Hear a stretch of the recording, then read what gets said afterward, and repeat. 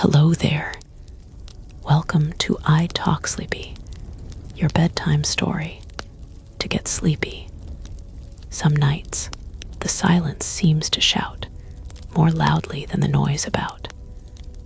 The room is still, the air is deep, but your mind wanders from its sleep, still searching for a known embrace, a familiar sign, a time or place. These sleep stories are here to lend a hand, a gentle aid to help you land. The narration moves both slowly and lightly to give your thoughts a soft respite. This is a calm and low-effort sound to turn the inner volume down. For adults who need the night to be a quiet space of harmony, allow the tales to stay near while sleep arrives to bring you cheer. Tonight, we begin with the stench of a boiling river, the scream of a factory machine, and the quiet click of a camera capturing the dead. We tend to imagine the Victorians as a polite society sipping tea in a pristine garden, but that image is missing a fair bit of grit and a considerable amount of toxic lead. In reality, they were inhaling poisonous dust, eating chalk mixed into their dinner rolls, and treating their poor with a cruelty that is genuinely baffling to modern logic. It was a time when a child could be sold to sweep a chimney for pennies, and a man could be hanged for a crowd's entertainment. We are going to peel back the lace curtains to find the rot underneath. We are going to explore the messy, dangerous, and frequently absurd reality of an empire that prioritized progress over the safety of its own people. Iron gates did not open easily. They were heavy, designed to withstand a riot, and they groaned on hinges that rarely saw oil. To the man standing on the outside, shivering in a coat that offered no protection against the wind, the building beyond those bars must have looked like a fortress, or perhaps a tomb. Gray stone, high walls, windows too narrow to let in the light, let alone hope. He was starving. His children were starving. And the law said this was the only place left to go. It was not a choice. It was a surrender. He knocked. The sound echoed dull and flat. The holiday was about to begin. They called it indoor relief, a dry, bureaucratic name for a wet, miserable reality. The year was 1834. The old ways of caring for the poor, the systems that had tied a person to their parish and given them a crust of bread when the crops failed, were dead, murdered by accountants.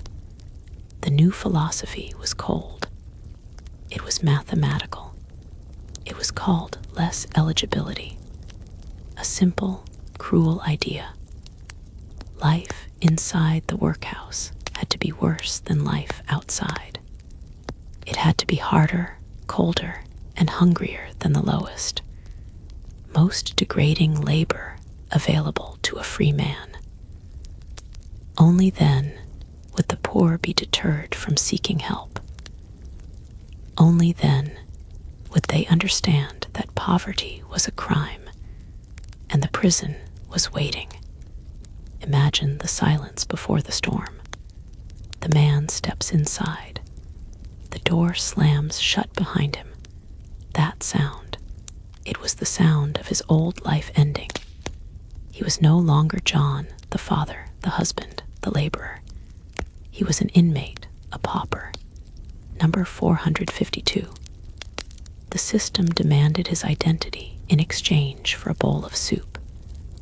They stripped him. They washed him in water that had already washed 100 men before him. They took his clothes, his rags, the last tatters of his dignity, and they gave him a uniform, rough, coarse cloth. It scratched the skin like wool made of wire. It was dyed a color that nature never intended, a shaming gray, a badge that shouted to the world, "Look away, I am a failure." Then came the real cruelty, the separation. The family walked in together, holding hands, terrified. They were marched down long, echoing corridors. At the first junction, the father turned left. The mother was turned right. The children were pulled away. Do not stop. Do not speak. Do not look back. The system did not believe in family units. It believed in units of labor. Men to the stone yard. Women to the laundry. Children to the schoolroom. They might sleep under the same roof, but they were strangers now. The mother would lie awake at night, listening to the wind, wondering if her son was still alive. He was in the next room, sleeping on a straw mattress that stank of sweat and fear. They would not touch again for months, maybe years. It was a psychological torture designed to break the spirit before the body even began to ache. The days here were not measured in hours. They were measured in the slow, agonizing repetition of impossible tasks. The work was pointless. It had no purpose other than to inflict pain and fatigue. Oakum picking, a favorite of the guardians. Old, tarred ropes from the great ships of the empire were brought in. You had to unpick them, tear the fibers apart by hand. The tar was black and sticky. It stained the skin. It got under the fingernails. It smelled of the sea and of rot. You pulled and teased until your fingers bled. And then you were given another rope. Endless, mindless. It turned men into machines. Or perhaps you were sent to the stone yard. Huge granite boulders, dragged from the earth, sat in the dust. Your job was to break them, not into pebbles, into gravel. You held a heavy iron hammer, you swung it. Crash, your arm vibrated, your teeth rattled. The dust filled your lungs. Crash again. Crash. The noise was deafening, a cacophony of violence. But you could not speak. You could not complain. If you stopped, you were punished. If you slowed down, your rations were cut. The only thing that mattered was the gravel. Piles of it. Mountains of broken stone that nobody needed. And the food, the infamous gruel. It was a thin, watery porridge that mocked the very idea of a meal. It swirled in the tin bowl, gray and lifeless. Sometimes there was a piece of bread. If you were lucky, the bread was not moldy. If you were truly blessed, there might be a scrap of meat on a Sunday. But it was never enough. The hunger was a constant companion. It gnawed at the stomach. It made the head spin. It made the hard labor harder. They calculated the calories with scientific precision. Just enough to keep the heart beating. Just enough to keep the body working. Never enough to feel full. A chemistry of starvation. Consider the children, born into this stone box. They knew nothing of the green fields. They knew nothing of play. They were trained for the factory. They were taught to sit still, to obey, to fear the master's cane. For many, the workhouse was just a holding pen. When they were old enough, maybe 6 or 7, they were apprenticed out, sold, not for money, but for the relief of the parish. They were sent to the mills in the north, or the mines, or out to the colonies, shipped across the ocean like cargo on a ship, never to see their parents again. It was a cleansing, a way to sweep the unwanted children of England under the rug of the empire. The sick and the elderly were the saddest sight of all. If you could not work, you were of no use. You were discarded into the infirmary, a place of death. The nurses were often inmates themselves, old women too weak to pick oakum. They had no medicine. They had no training. They only had cold water and kind words if they had the strength to speak them. The beds were crammed together. The air was thick with the smell of disease and unwashed bodies. The tuberculosis coughs echoed through the wards. The rattle of the dying chest. It was a factory for death. And when the end came, the body was taken to the mortuary. If no one claimed it, and there was no one left to claim it, the workhouse surgeon might open you up. A final indignity. Anatomy lessons for the medical students. Or you were buried in a rough pine box, a sliding lid that was reused over and over again. No stone, no name, just earth. The masters of these places were often petty tyrants, little men with big keys. They walked the corridors with rings of keys jingling at their belts, the sound of power. They enforced the rules with a sadistic glee, talking in the yard, 3 days of bread and water, looking up from your plate, solitary confinement. They were the gods of this little world. They controlled the warmth. They controlled the food. They controlled the families. And they were watched by the guardians, upstanding men, landowners, factory owners. They visited once a month to inspect the books. They checked the ledger. They nodded at the costs. They saw the efficiency. They did not smell the despair. They did not see the terror in the children's eyes. They saw a system that worked. It is strange to think of it now. The Victorians built railways that spanned continents. They built bridges of iron and glass. They conquered the globe. But they could not build a system to care for their own people without making it a punishment. They were baffled by poverty. They thought it was a moral failing, a lack of character. They believed that if you made the conditions unbearable enough, the poor would simply stop being poor. They would pull themselves up by their bootstraps. But there were no bootstraps. There were only broken feet and broken spirits. The workhouse system lingered. Long after the politicians moved on to other scandals, the wall stood. The ghost of the poor law haunted the cities of Britain well into the 20th century.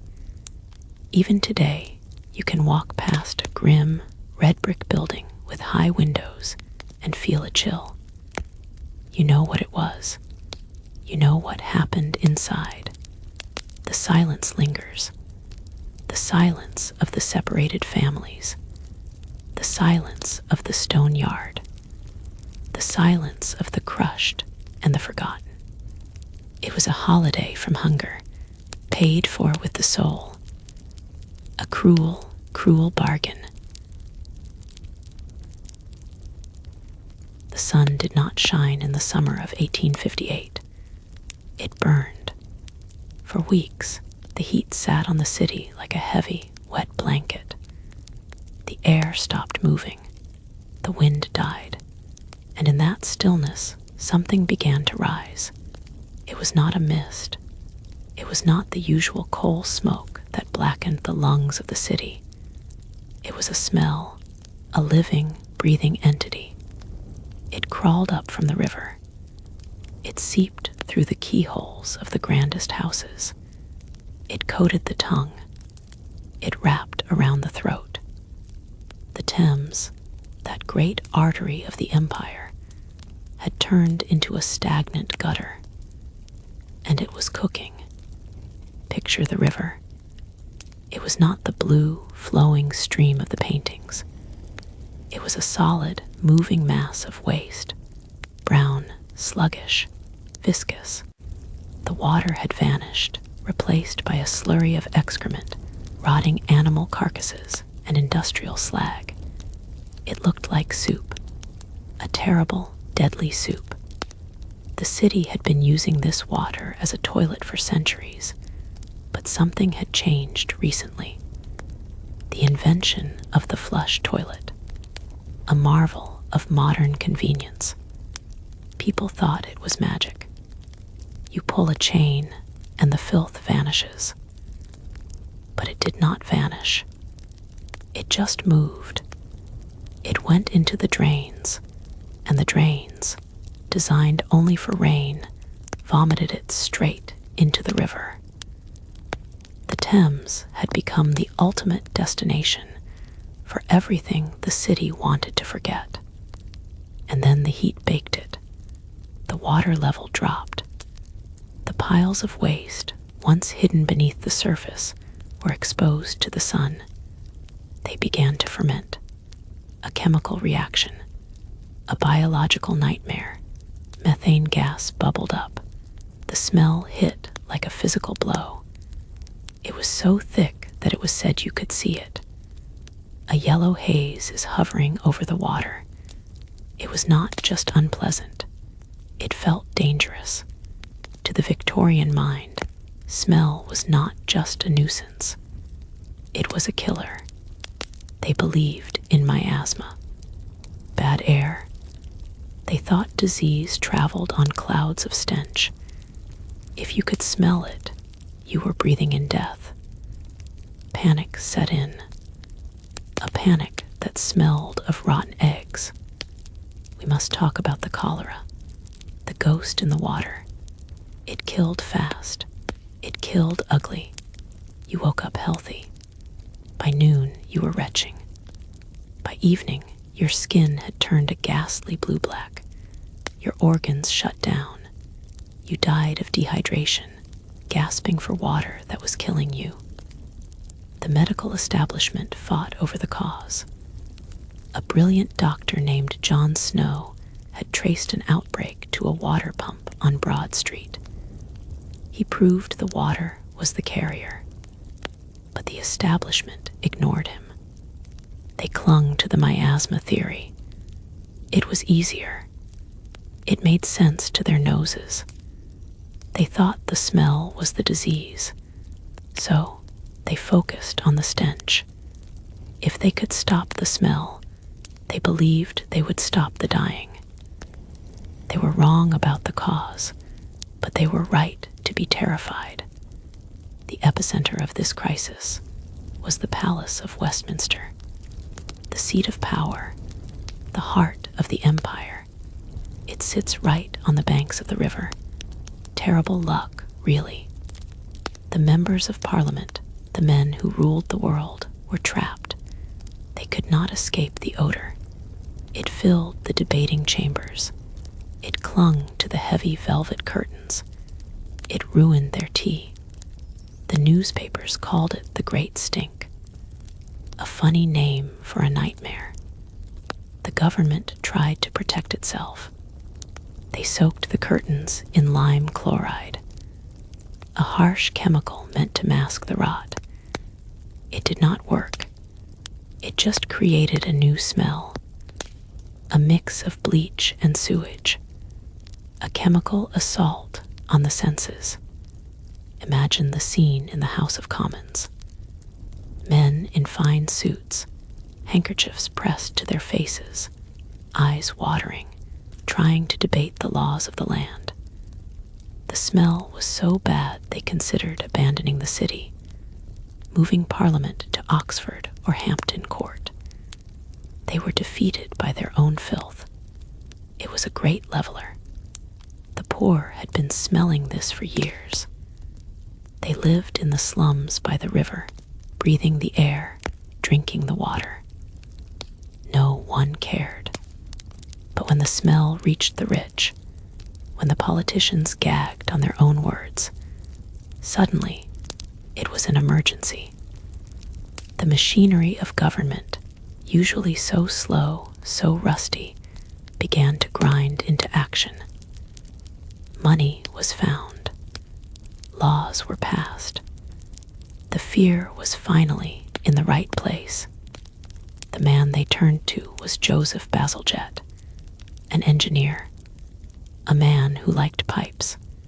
He was given a task that seemed impossible: clean the river, save the city.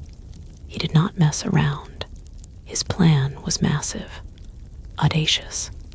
He would build a new system of sewers, an underground network of brick tunnels that would intercept the waste before it ever hit the river.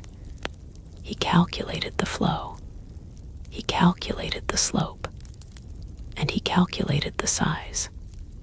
This is where Bazalgette showed a stroke of genius that borders on the mystical. He looked at the population of London. He looked at the amount of waste they produced. And then he doubled it, just to be safe. He made the pipes big enough for a city that did not exist yet. He built for the future while trying to save the present. The construction was a monster. It required digging up the entire city. The embankment we see today, the lovely walk by the river, was built to cover the new sewers. But before it was covered, it was a wound. Thousands of laborers, navvies, twalled in the mud. They dug by hand. They hauled the earth away on horse-drawn carts. It was dangerous work. The ground was unstable. The Thames water would seep in, flooding the trenches. Men drowned in mud. They were buried in the very tunnels they were building. It was dirty, brutal work. A hidden sacrifice.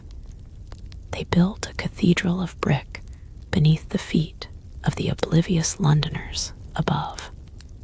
The engineering was elegant in its violence. Bazalgette used gravity, a simple force. He designed the sewers to slope just enough, a gentle drop of a few inches every mile, so the waste would flow naturally. It did not need pumps. It just needed to fall.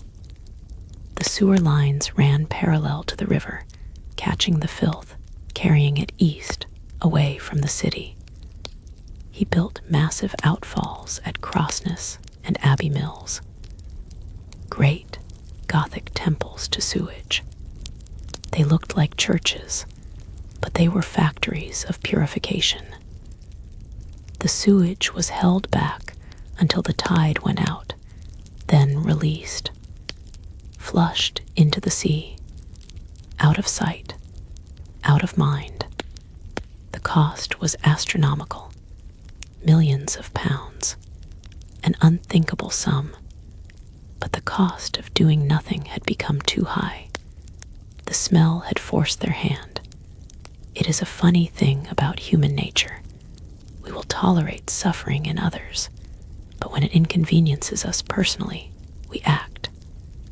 The great stink was the straw that broke the camel's back, or rather, the smell that broke the politician's nose. The Metropolitan Board of Works, usually a place of bickering and penny pinching, moved with lightning speed. They passed the Metropolis Local Management Act. They gave Bazalgette the money. They wanted the smell gone. They wanted their city back. And it worked. The system was completed. The pumps started. The great engines of the Crossness pumping station began to beat, and the river began to clear. The filth was intercepted. The water started to flow again. The smell receded, and the cholera, which had plagued the city for decades, disappeared. It stopped, almost instantly. Bazalgette had solved the problem. by stopping the bad air, as they thought, but by stopping the contaminated water. He had cleaned the river, and in doing so, he had cleansed the city of death. The science eventually caught up with the engineering. The germ theory took hold, but the bricks were already in the ground. Today, London sits on top of this hidden world. The sewers still function. Bazalgette's calculations still hold up mostly. The city has grown, swelling beyond his wildest estimates, but the skeleton he built is still there. We walk above it. We drive over it. We flush the toilet and forget. It is a miracle of engineering, but it is also a monument to fear.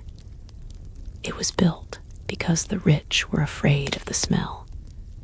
It was built because the poor were dying from the water. It is a dark, brick labyrinth beneath the pavement, carrying away the sins of the city, whispering in the dark. If you stand by the river at night, when the wind is right, you might still catch a faint whiff of the past, just a ghost of a smell, a reminder of what happens when a city grows too fast and forgets where its waste goes. The night in London was not merely dark. It was aggressive. It was a physical weight that pressed against the chest. If you walked out of your door after the sun went down, you were stepping off a cliff. There were no streetlights, save for the flickering oil lamp a watchman might bother to light, assuming he was sober. There were no cameras, no emergency numbers, no sirens, just the sound of your own heart hammering against your ribs and the heavy, uneven cobblestones under your feet. You were alone. And if someone stepped out of the shadows with a knife, there was no one to scream to. The city was a playground for the wolves, and the sheep were on their own. Understand how bad it was.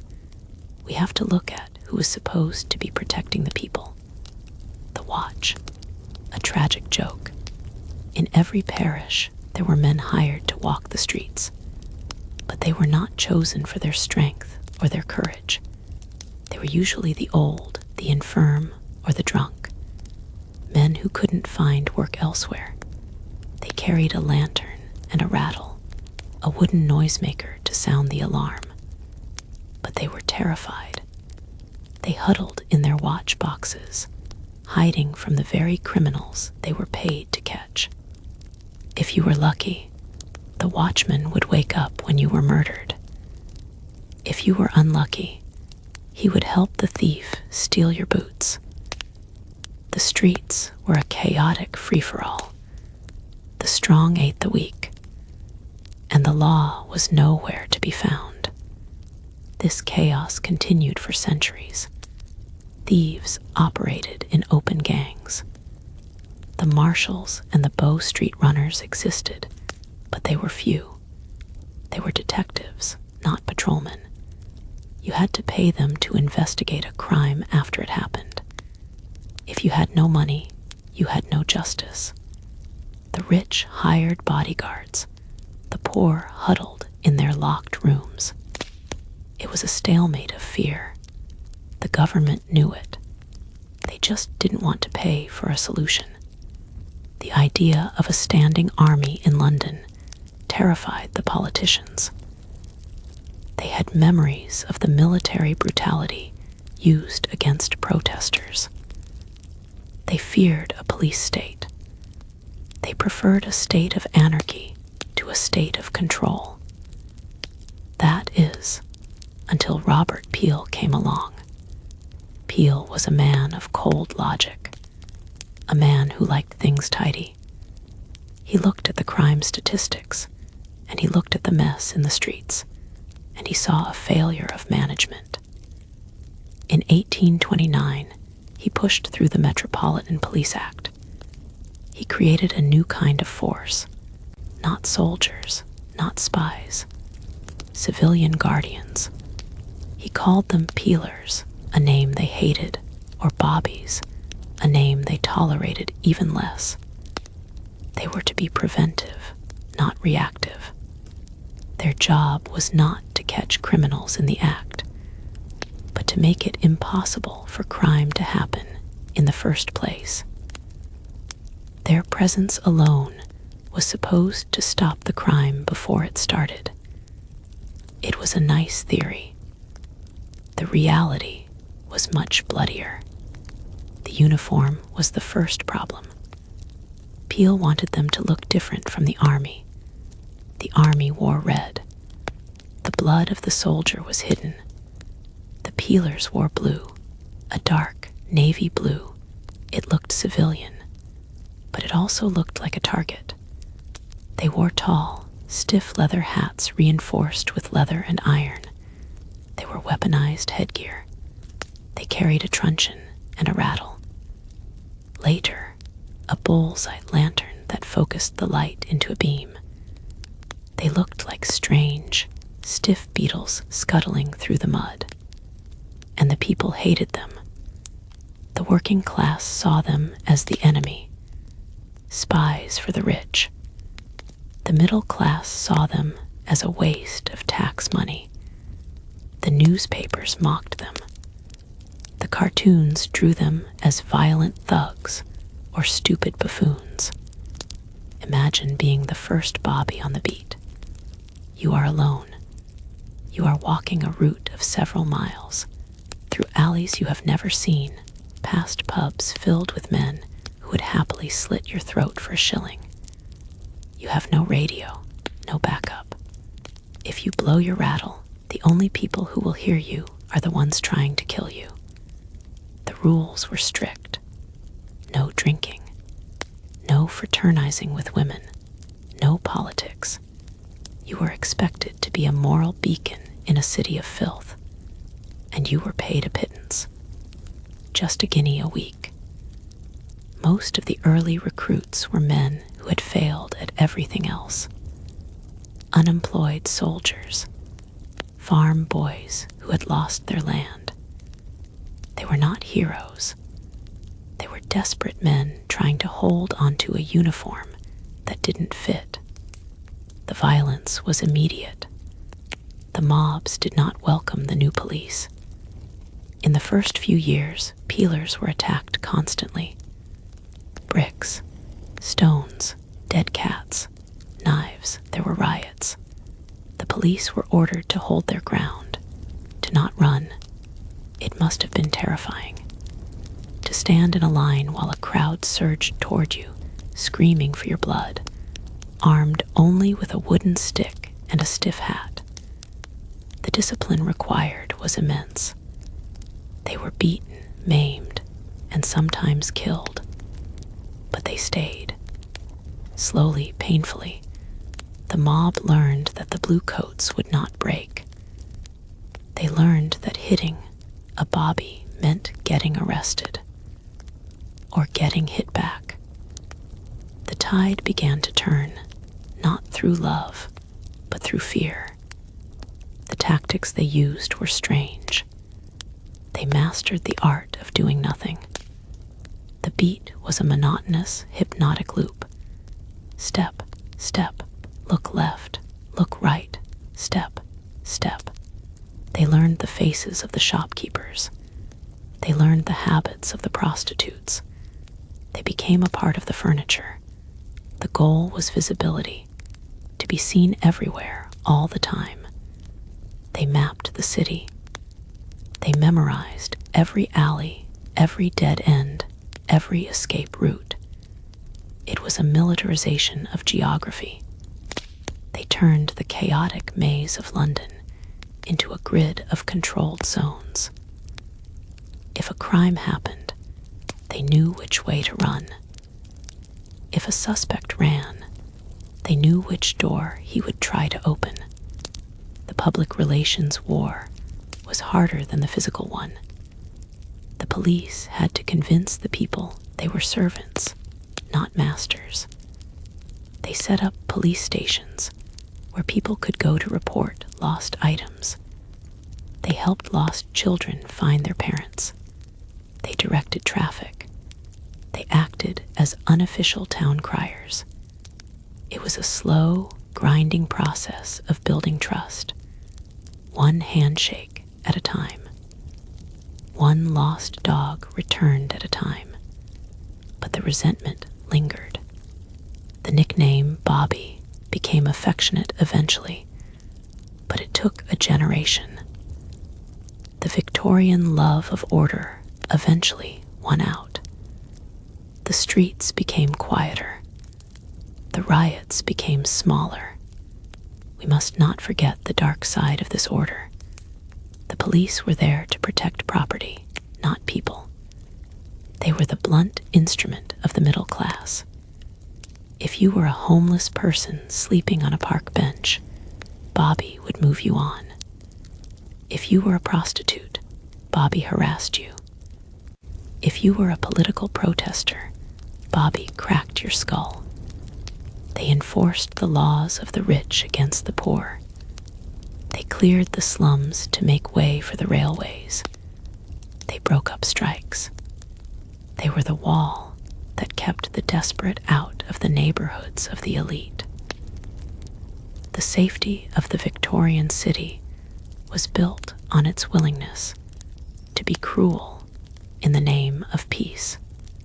The technology of policing evolved alongside the city. The rattle was replaced by the whistle, a shrill, piercing sound that carried for miles. The telegraph allowed stations to talk to each other. The fingerprint, the mugshot. The science of catching people became more sophisticated, but the core of the job remained the same. A man alone in the dark, walking, watching, waiting. The image of the Victorian Bobby is now a quaint postcard. A friendly man in a helmet is helping a lady across the street. But in the beginning, he was a terrifying new monster. A symbol of a world where you were always being watched. A world where the shadows were no longer a place to hide. The legacy of the peeler is complicated. They cleaned up the city. They made the night walkable. They stopped the casual brutality of the mob, but they replaced it with the structured brutality of the state. They taught the British people to obey, to stand in line, to respect the uniform. They transformed London from a wild forest into a machine, and the machine ran on the legs of the men in blue. They walked the beat until their feet were deformed. They stood in the freezing rain until they were numb. They absorbed the violence of the city so the gentlefolk could sleep. It was a dirty job, and they did it in stiff collars and top hats. A strange, stubborn, impossible breed. When the gaslights flickered late at night, casting long, dancing shadows on the wet pavement, you could see them. Silent sentinels, clicking their heels on the stones, the ghosts of order in a city that wanted to be chaos. They are still there, in a way. The shape of the helmet has changed. The uniform is different, but the stare is the same. The same weary, watchful stare, waiting for the night to make a mistake, waiting for the shadows to move. The gates of Bethlehem Hospital did not close. They were never meant to keep people out. They were an invitation, a grand, gaping mouth swallowing the city of London. You know the name, Bedlam. It has slipped into the language as a shorthand for chaos, but in the Victorian era, it was a specific place, a building, a business, and for a long time, it was a tourist attraction. Imagine that. On a Sunday afternoon, after church, the respectable families of London would walk the cobbled streets to the hospital. They would pay a penny, just a single copper coin, to walk through the galleries of the mad. They came to laugh, to point, to stare at the chained humans raving in the dark. A day out for the kids. The stench hit you first. It was a thick, soupy air. The smell of unwashed bodies, of chamber pots that hadn't been emptied in days, of boiled cabbage and damp stone. It clung to your clothes long after you left. But the people kept coming. They treated the suffering of the mind like a side show at a fair. The patients were the exhibit. The zoo. There was James Norris, a former Marine who spent 10 years chained to a post by his neck, his arms pinned in an iron harness that allowed him only to move his hands enough to feed himself. Visitors gawked at him like he was a rare beast. They poked him, they jeered, and the doctors watched. They took notes. They thought this observation was science. We have to talk about how you got in here. The gate was wide, but the trap was subtle. Madness was a convenient label. A husband wanted a younger wife. He signed the papers. She was hysterical. She was melancholic. She was mad. Into Bedlam she went. A father had a son who wouldn't work, who drank too much, and who embarrassed the family. A quick visit to the magistrate, a signature on the commitment form, and the problem vanished. The legal protection was a joke. You needed no evidence of illness. You only needed 2 doctors to say you were not sane. And those doctors were often on the payroll of the asylum. It was a machine for silencing the inconvenient. The loud, the sad, the difficult. They were swallowed by the system. Once inside, the world shrank to a stone cell. The floors were cold flagstones. The walls were bare, stripped of anything you might hurt yourself with, stripped of anything that might comfort you. No straw, no blanket, just the damp. The London damp that gets into your joints and never leaves. You were left alone with your thoughts. And for a mind already fracturing, that silence was louder than any scream. The isolation was the first cure. The thinking went that if you removed the patient from the stresses of the world, the madness would fade. Instead, it festered. It grew in the dark like mold on bread. But if the silence didn't work, the doctors had tools. They were not gentle. The guiding principle of Victorian psychiatry was fear. If the body were punished, the mind would correct itself. It was a brutal mechanics of the soul. Take the spinning chair, a crude wooden device mounted on a pivot. The patient was strapped in, tight, leather biting into the wrists and ankles. Then the doctor would spin them, round and round, faster and faster. The centrifugal force pinned you to the seat. The world became a blur of gray stone and nausea. They spun you until you vomited, until you fainted. They believed the terror would snap the brain back into its proper socket. It usually just broke the patient's spirit. Then there was the water, the bath of surprise, a sudden plunge into icy water. The shock was meant to be curative, or the prolonged bath where you were submerged up to your neck for hours, wrapped in a wet sheet, unable to move. The cold seeped into the bone marrow. Some patients died of hypothermia. They called it treatment. Others were bled, using leeches or lancets, draining the bad humors from the veins.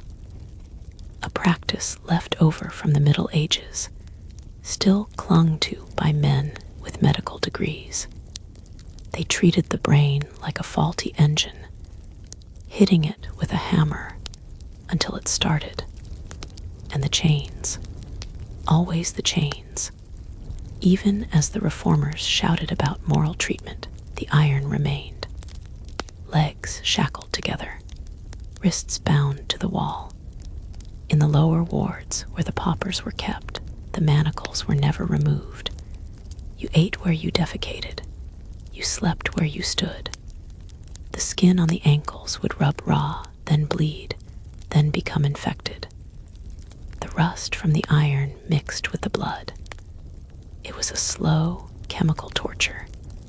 And the keepers, the men hired to watch the mad, they were often recruited from the workhouses. Untrained, underpaid, and drunk. A bottle of gin was the only way to survive the shift.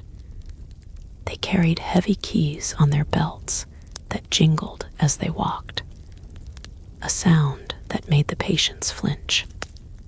The keys meant the door was opening, and pain usually followed. Consider the women. Bedlam was a particularly cruel place for the female mind.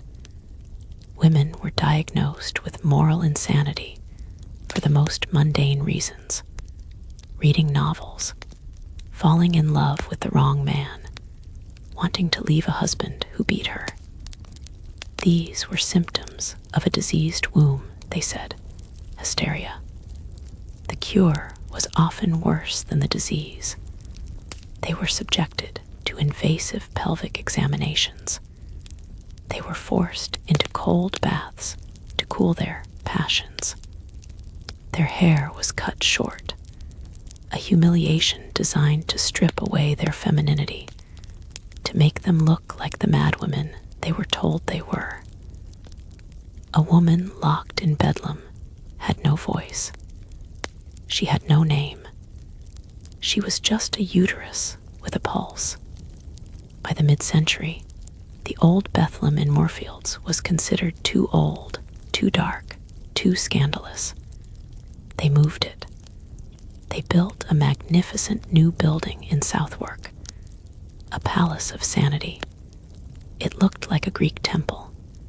It had wide corridors and high windows. The architecture was supposed to cure you. The grandeur was supposed to inspire order. But the madness just moved into the new rooms. The paint was fresh, but the screams were the same. The tourists were eventually banned, the authorities realizing that gawking at the sick was perhaps a bad look for a civilized empire. But the voyeurism didn't stop. It just became more private. Doctors would still bring students through to observe the interesting cases. The maniacs and the idiots. The labels changed, but the cruelty remained. The science of the time was scrambling to understand the brain. Phrenology was all the rage. The idea that bumps on your skull dictate your personality. Doctors would run their fingers over a patient's head, mapping the lumps, claiming to find the organ of destructiveness or the organ of secretiveness. It was a sham, a parlor trick played on people who couldn't defend themselves. They measured skulls. They photographed the faces of the insane, trying to find a common look to madness. A certain stare, a certain jaw. They thought they could see depravity in the bone structure. They were looking for anything that made the patients different from the doctors. Anything that made them easier to lock away. The saddest thing is the silence left behind. Most of these people did not recover. There was no medication, no therapy, only time and the slow grinding down of the spirit. The chronic cases lived for decades in these stone boxes. They aged before their time. Their teeth rotted. Their skin turned parchment thin. They forgot who they were. They forgot the outside world. The city outside the walls continued to grow. The railways were built. The gaslights were lit. The empire expanded. But inside, it was always the same year. The same cold day. The same rattle of the keys. Bedlam became a warning. A ghost story told to children. Behave, or you'll go to Bedlam. But the real horror wasn't the ghosts. It was the ordinary people who walked the corridors. The men who tied the knots. The husbands who signed the papers. The society that decided that the mentally ill were not humans, but problems to be stored. And sometimes, on a quiet night near the river, when the wind is right, you can almost hear it. Not a scream, but the clank of iron, and the low, steady murmur of 1,000 forgotten voices, waiting for someone to turn the key. The shutter clicks, a long mechanical scrape. The camera lens stays open. 10 seconds, 20 seconds. In the high-backed chair, the subject does not blink. The subject does not breathe. The subject is a child, no more than 3 years old. He is dressed in a white lace gown. His hands are folded perfectly on his lap. A butterfly pin holds his shawl in place. He is beautiful, and he is cold. The photographer waits under the black cloth, counting the seconds, watching the silver on the glass plate darken. The mother stands in the background, just out of focus. She is not holding the child. She dared not touch him. He has been posed with a stand. A metal prop behind his back, clamped around his waist like a vice. This is not a portrait of life. It is a portrait of the absence of it. We look at these images now, and we recoil. It looks ghoulish, a corpse on display, a birthday card for the grave. But you have to understand the arithmetic of the Victorian era. The numbers were brutal. You could have 10 children. 5 might die before they learned to walk. Photography was new. It was magic, but it was expensive. It was a chemical luxury. You did not waste film on a tantrum. You saved your coins for the milestones, the wedding, the christening. And if the child died before you could afford a picture, you did not let the face vanish forever. You called the photographer. You bought the memory back from the darkness. The technology itself was clumsy. A wooden box on a tripod, heavy plates coated in sticky collodion and bathed in silver nitrate. The photographer was part chemist, part priest. He smelled of ether and alcohol and vinegar. He would arrive at the house with his wagon of chemicals, turning the parlor into a temporary darkroom. The fumes filled the room. They stung the eyes. The family waited in their black clothes. The corpse was the center of attention, the star of the show. They cleaned the body. They brushed the hair. They tried to scrub the gray look of death from the skin. It was a desperate attempt to fool the camera. The posing was a dark art. The goal was to make them look asleep, the long sleep. But gravity is a cruel enemy to the dead. The head lolls, the jaw slacks open, the hands drop.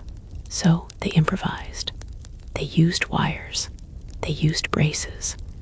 They used neck supports hidden by high collars. The eyes were the hardest part. Dead eyes have no light. They are cloudy, unfocused. Some photographers painted pupils onto the closed eyelids, a strange, glassy stare that follows you around the room.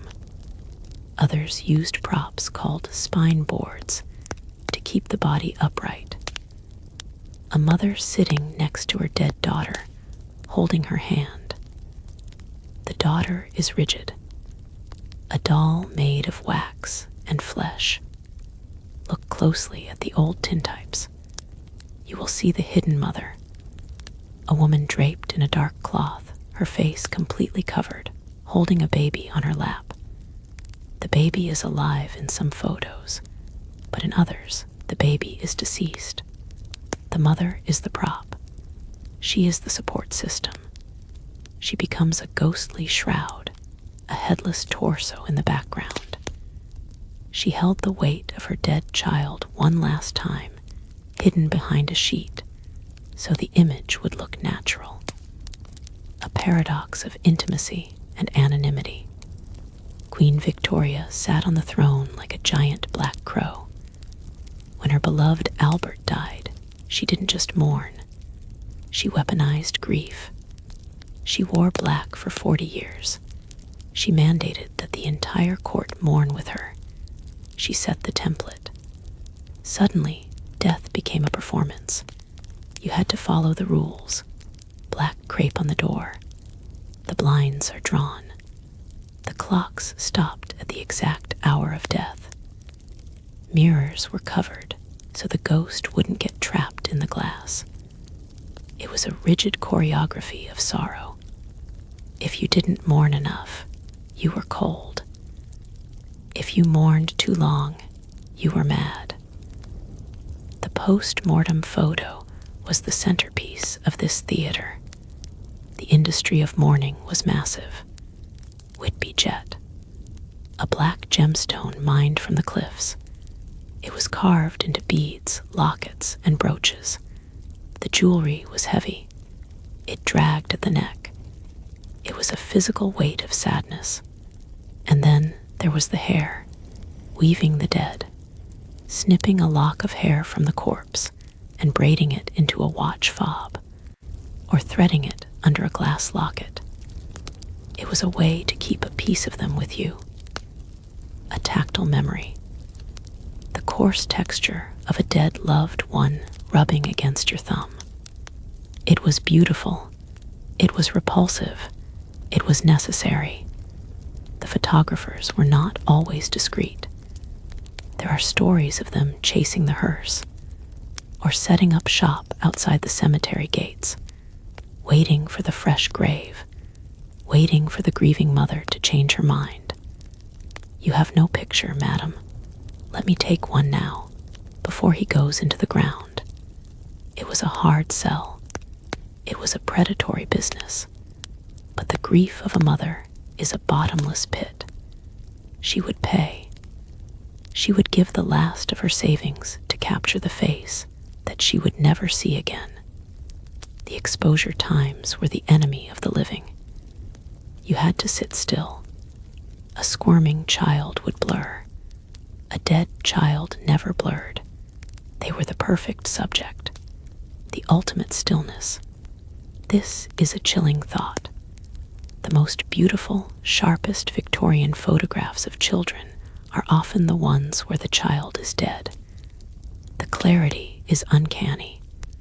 You can see the lace on the dress, the pattern on the rug, the individual hairs on the head, because the head did not move, not a millimeter. We call this morbid. We call it sick. We live in a culture that sanitizes death. We hide the dying in hospitals.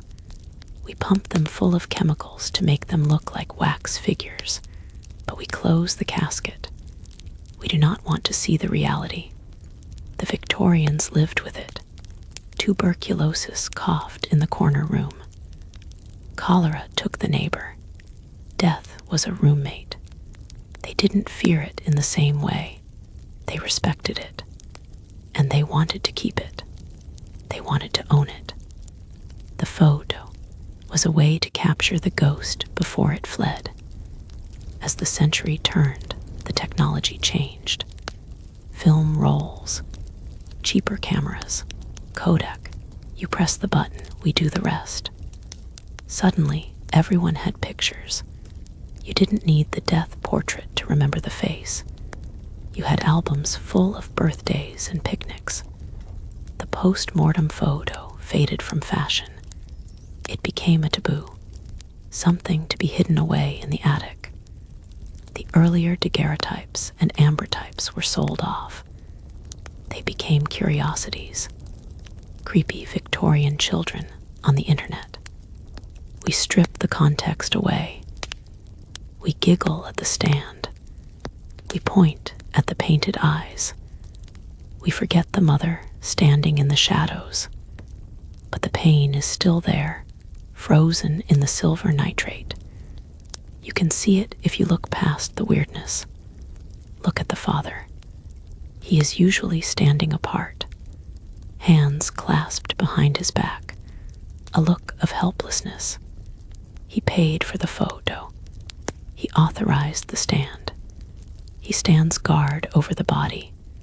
He is guarding the memory. He is terrified that if he looks away, he will forget the sound of the voice. The photo is a shield against amnesia. The chemicals on the glass are degrading now. The tarnish is creeping in. The images are turning into silhouettes.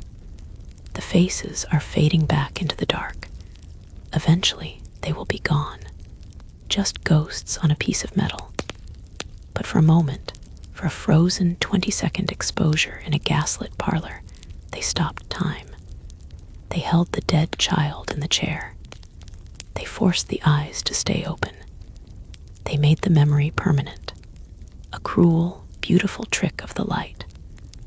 A final, stubborn refusal to say goodbye. The shutter closes. The darkroom light flickers. The mother is left with the plate. A small, heavy rectangle that contains the entire world. The gas lamps hissed in the fog. A thin, sputtering light that barely touched the pavement.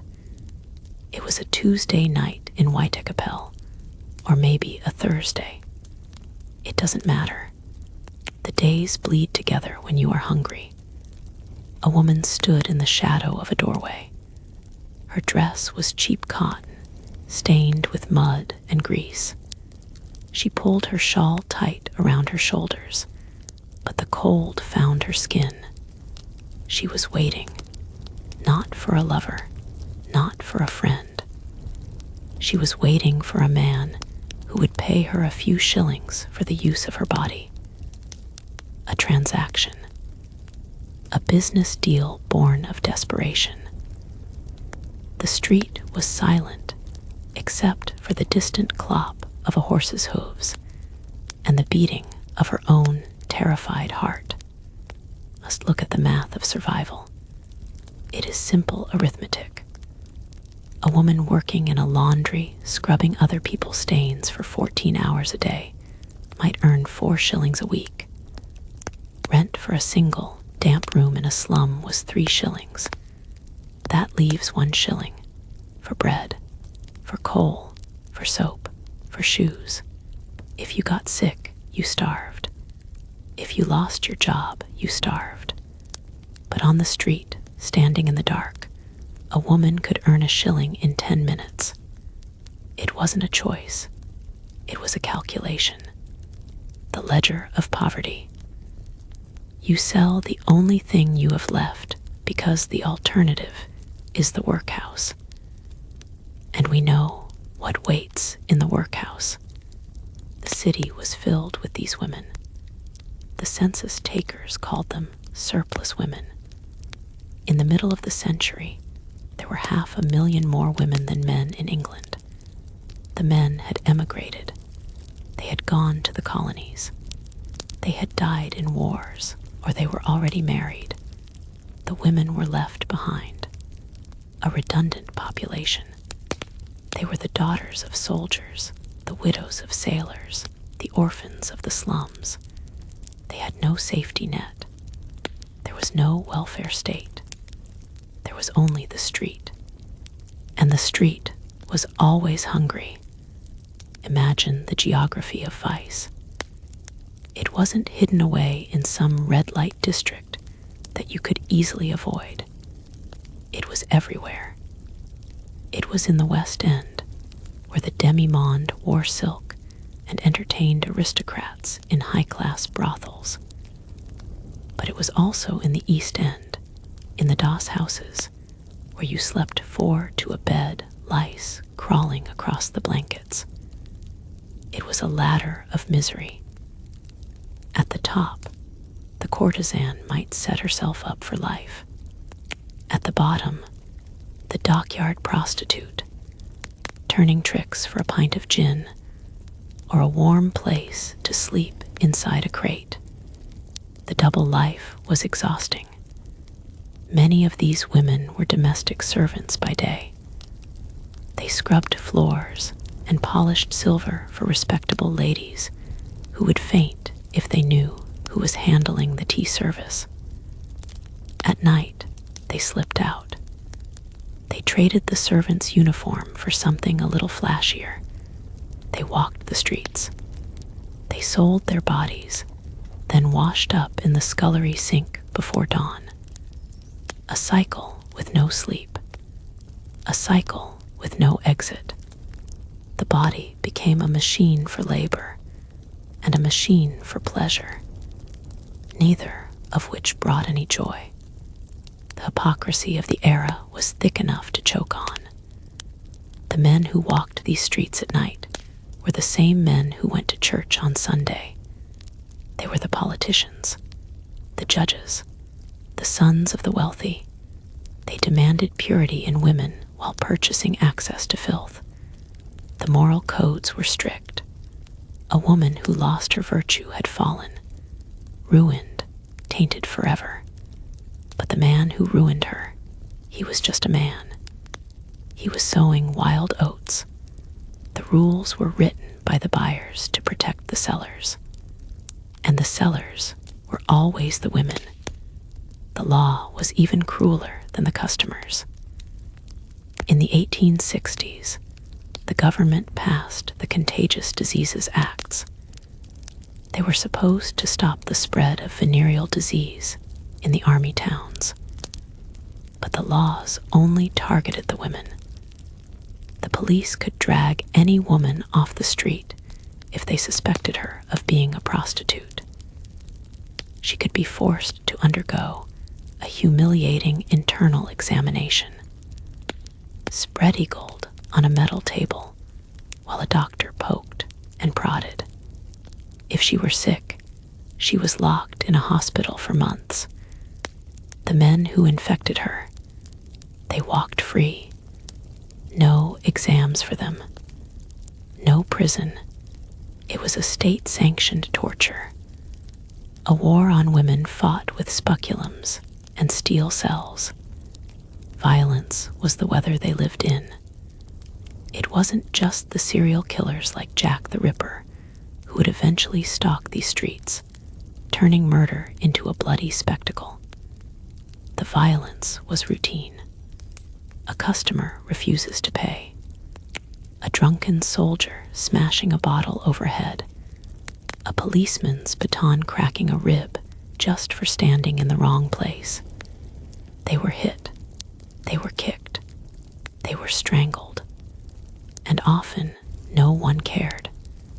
A dead prostitute was just part of the scenery. A statistic to be swept into the gutter by the morning cart. Gin was the only shelter they had. A penny a glass. It burned going down, but it warmed the belly. It numbed the cold. It made the hands grabbing at them feel distant. It made the squalor fade. You see them in the photographs, eyes glassy, mouths slack. The gin palaces were bright and loud, an escape from the gray street. But it was a trap. Alcoholism ate the money they earned. It ate their health. It turned them into old women before their time. Faces swollen, skin yellowed, teeth rotting. But it was better than feeling the cold. There were attempts to save them. Religious charities ran rescue homes. They would take a woman off the street, wash her, put her in a plain dress, and teach her to sew. It sounds noble, but the price was high. You had to repent. You had to confess your sins in front of a room full of disapproving matrons. You had to accept that you were a sinner, a fallen creature. You had to give up your name, your past, your friends. It was a prison with a prayer book. Many ran away, back to the street, because the street was honest. The street wanted your body. The rescue mission wanted your soul. The clothes tell the story. When a woman died, they often stripped her body of anything valuable. But sometimes the coroner's report lists a few items. A pair of boots with holes in the soles. A petticoat mended a dozen times. A single hairpin. These were the treasures of a life, the accumulation of a dozen trysts, a dozen dangerous nights. They didn't keep the money. It was spent as soon as it was earned. On rent, on food, on gin. They carried their wealth in their bodies until that failed them, too. And then there was the end, the grave. Most of these women are buried in unmarked pits. Potter's field, no headstone, no name, just a layer of quicklime and the next body. Their deaths weren't recorded in history books. They were just entries in a ledger. Found dead, age 22. Cause exposure or cause syncope. A fancy word for a heart stopped by too much gin and too little hope. The city moved on. The clogs kept hitting the stones. The gas lamps kept hissing. The market stayed open. We look at them through the lens of history, and we judge. We see the fallen woman. We see the stereotype. But we should see the survivor. The woman who woke up on a freezing floor with no food in the cupboard and a landlord banging on the door, chose to walk out into the dark. She chose to fight for her life with the only weapon she had. She wasn't looking for ruin. She was looking for breakfast.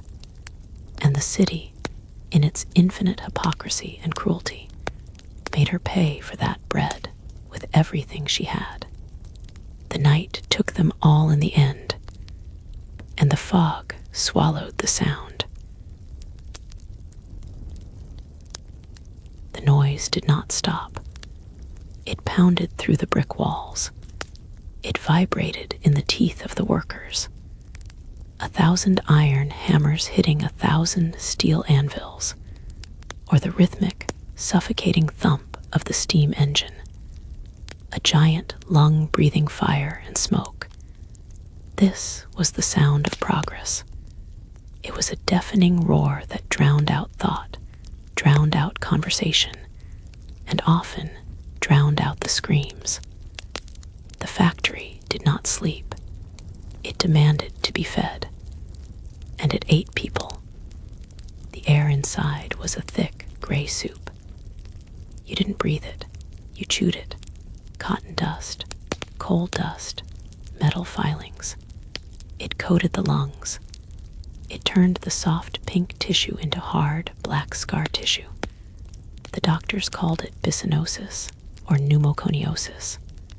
The workers called it the dust. It settled on the skin, in the hair, in the food. You blew your nose, and a black clump came out. You coughed, and the room went silent for a second, watching you wipe the blood from your mouth. Then the machines started up again. The roar swallowed the cough. Look at the machines. They were beautiful in a terrifying way. Polished brass pistons pumping. Leather belts flying at impossible speeds. spinning mules that stretched the thread with a tension that could snap a bone in two. They were hypnotic, but they were also monsters. They had no safety features, no guards, no emergency stops. They were naked mechanisms of iron and steel, spinning and crushing with the indifference of gravity. If you stood too close, they took you. If your sleeve brushed the belt, they pulled you in, finger by finger, arm by arm. And who stood closest? The small ones, children, 6 years old, 7 years old. They were cheap. They were expendable. They fit in the spaces where adults couldn't reach. Their job was to crawl under the running machines, to sweep the dust from the floor, to tie the broken threads that snapped with the force of a gunshot. Imagine lying on your stomach on the oily wooden floorboards, face inches from a spinning belt that moves fast enough to strip the flesh from your skull. The dust blinds you. The noise deafens you. You have one hand on the frame. The other hand is reaching for the thread. Your hand slips. Snap. The machine didn't care. It just kept pulling. A child's body is soft. The gears are hard. The crunch is sickeningly brief. The machine might slow down for a second, fouled by grease and bone. Then it speeds up again, shattering the rest. The overseer would blow his whistle, not to call for a doctor, to tell the other workers to clean up the mess. They would peel the remains from the gears. They would throw the mangled rags into a pile in the corner. They would scrub the blood off the iron with a handful of sawdust. And the belt kept moving. The thread kept spinning. The quota had to be met. The owners called it efficiency. They called it free enterprise. To them, the workers were not people. They were parts of the machine, cheaper to replace than a broken piston. You could hire a new orphan from the workhouse for a penny a day. A piston costs 5 shillings. The math was cold. It was written in ledgers that sat in safe, quiet offices far away from the blood on the floor. They fought against safety regulations. They said guards would slow production. They said it would ruin the competitiveness of British industry. Better to let 100 children die than to lose a penny on the price of a yard of cloth. The shifts were endless. 14 hours, 16 hours, standing the whole time, no chairs, no breaks. If you sat down, you were fined. If you were late, you were locked out. No pay. The fatigue was a physical weight. It pulled at your eyelids. It numbed your legs. And that is when the accidents happened. When the fog of exhaustion set in. A momentary lapse. A stumble. A hand too slow. The spinning spindles did not forgive. They sheared off fingers like a knife through butter. People worked with 9 fingers, with stumps wrapped in rags. The floor was slippery with grease and with blood. The heat was another enemy. In the foundries, in the glassworks, the temperature was hellish. Men worked naked to the waist, skin glistening with sweat, turning red and raw. The furnaces roared. If you fell into the molten metal, you vanished. Instantly, like a stone dropped in a pond. The only trace was a bubble of gas rising to the surface, and the foreman was shouting at the others to keep the ladles moving. The metal waits for no one. Consider the scavengers, the little boys who dragged the heavy carts of coal through the narrow tunnels beneath the weaving looms. They crawled on hands and knees in the pitch black, guided only by the heat of the machinery above. They were called the trappers. They sat alone in the dark for 12 hours, opening and closing the ventilation doors to let the air flow for the furnaces. Just a small child in the dark. Rats bite their feet. The dark was crushing their eyes. If they fell asleep, the air stopped. The men died. Or they suffocated themselves. A death in the dark, alone. The environmental damage was total. The factories belched smoke, black, acrid smoke that killed the trees for miles around. The rivers ran yellow and purple with chemical dyes. The fish floated belly up. The people drank the water. They washed their clothes in it. The land itself was poisoned. The soot settled on the windowsills of the houses nearby. It covered the street. The grass in the parks turned black. The whole world was being dyed the color of industry, the color of money. The laws eventually came. Slowly, painfully slowly, the factory acts. They tried to limit the hours of children. They tried to insist on basic education. But the enforcement was a joke. The inspectors were few. The factory owners were clever. They hid the children in the lofts when the inspector came. They falsified the time books. They threatened the workers with the sack if they spoke the truth. A child who told an inspector they worked 14 hours would never work in this town again. They would starve. So they lied. They held up their scarred hands and said, "I am happy, sir." The legacy of this time is woven into the fabric of our modern world. The cheap clothes we buy, the abundance of goods. It all started here, in these dark, satanic mills, built on the broken bodies of the poor. We look at the Victorian era as a time of elegance, of tea parties and crinolines, but the foundation of that elegance was mud and bone. The gears that turned the empire were lubricated with blood. When you close your eyes and listen to the hum of your refrigerator or the drone of the computer, remember the factory. Remember the rhythmic clanking. It is the ghost of the Industrial Revolution, the sound of progress eating the worker. The machine is still hungry. It just hides its teeth better now. The iron clamps are gone. The silence remains. The breakfast table is set. A crisp white cloth, a loaf of bread, snowy and soft, a pat of butter, yellow as a summer sun, a pot of tea, dark and steeping. It looks respectable. It looks safe. It looks like the pinnacle of civilization. But do not be fooled by the color. That white is a lie. That yellow is a trap. That dark liquid is a cocktail of chemicals. You are about to eat a chemistry set. The Victorians didn't just have bad manners. They had poisonous pantries. And the people who sold the food knew it.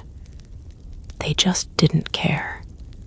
Start with the bread, the staff of life, the most basic fuel of the empire. You wanted it white, pure white. Brown bread was for the poor, for the pigs, so the baker gave you what you wanted. He didn't use expensive wheat flour. He used ground alum, aluminum sulfate. It is a salt. It makes the bread whiter. It makes the dough heavier. It holds more water. You buy a loaf that feels like a brick in your hand. You think you are getting good value.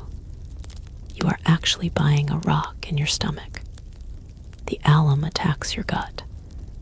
It stops you from digesting your food. You eat, but you starve. It also gave you dysentery, but at least it looked nice in the basket.